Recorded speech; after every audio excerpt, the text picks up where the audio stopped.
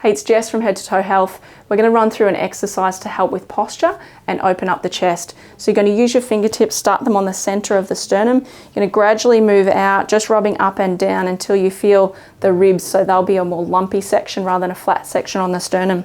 So from there, elbows out to the side, just as far as comfortable. And you're going to round through the shoulders as you breathe out.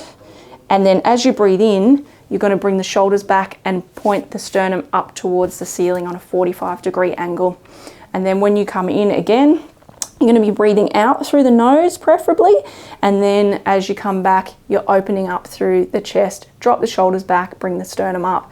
So as you do that movement, you're encouraging the sternum and the ribs to move along that as well, and increasing the mobility of those by bringing your fingers together as you move forward and then separating your fingers as you move back.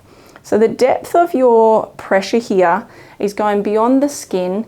You're feeling the smooth nature of the sternum, and then you're feeling the more lumpy area on the ribs as you move the hands out to the side. So it's almost like sliding paper on paper. So you can do 6 to 10 of those. Great thing to do while you're at your desk to open up through your shoulders throughout the day.